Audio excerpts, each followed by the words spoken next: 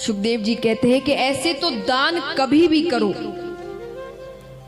बहुत पुण्य मिलता है, फल मिलता है, पर कुछ ऐसे दिन हैं जब अगर दान किया जाए तो विशेष फल प्राप्त होता है। जैसे 2 आयन होते हैं, उत्तरायण दक्षिणायन, इन 2 आयनों में दान करने से विशेष फल प्राप्त होता है। अक्षय तृतीया के दिन दान करो तो विशेष फल प्राप्त होता है। घर में किसी का जन्म हो, बालक का, पुत्री पुत्र, तब दान करने से विशेष फल प्राप्त होता है। या किसी की मृत्यु हो जाए तो दान करने से विशेष फल प्राप्त होता है।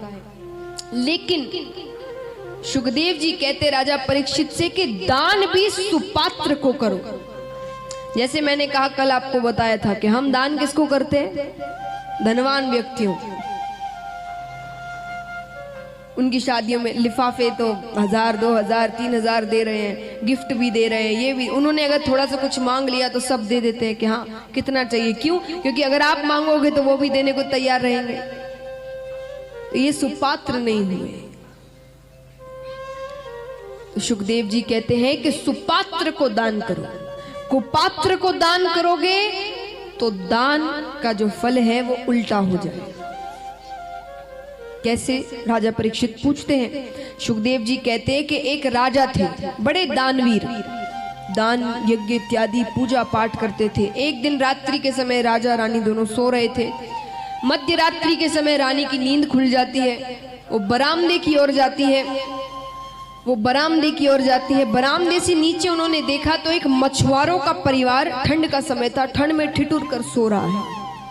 रानी ने राजा को नींद से उठाया कि मुझे इन मछुआरों को कंबल दान करने का मन है। राजा ने कहा, रानी ये दान के योग्य नहीं है,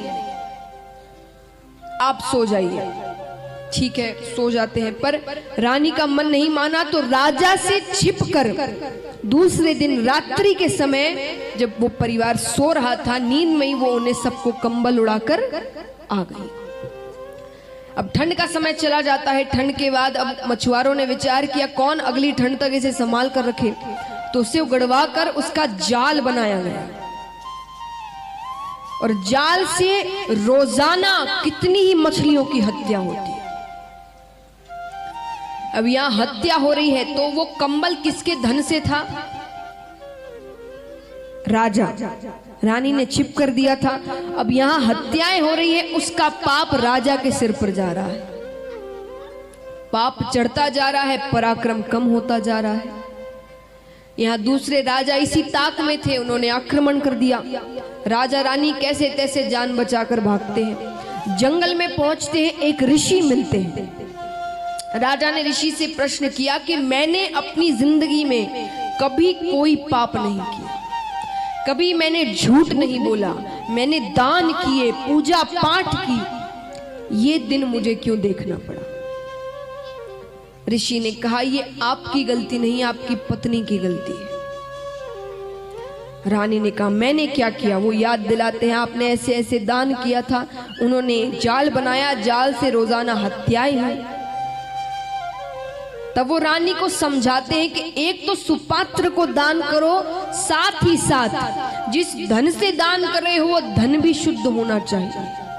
आपने चोरी का धन था, क्योंकि वो राजा का धन है, आपने छिप कर किया तो वो चोरी का धन हो गया। तो चोरी के धन से दिया हुआ दान भी, इसलिए कहते हैं कि हम जो भी कमाते हैं उसका 10% दान कर देना चाहिए, उससे धन की शुद्धि हो जाती है।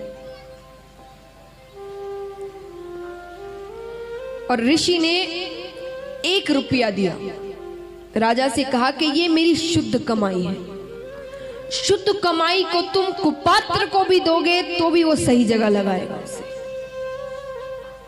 आप परीक्षा करके देख सकते हैं। ये लीजिए मेरा 1 रुपया, ये मैंने शुद्ध तरीके से कमाया है।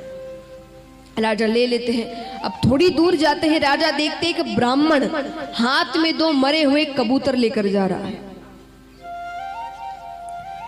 राजा ने देखा ब्राह्मण होकर ऐसा नीच कार्य। ऋषि की बात याद आती है, परीक्षा लेते हैं। वो 1 रुपया वो उस ब्राह्मण को देते हैं।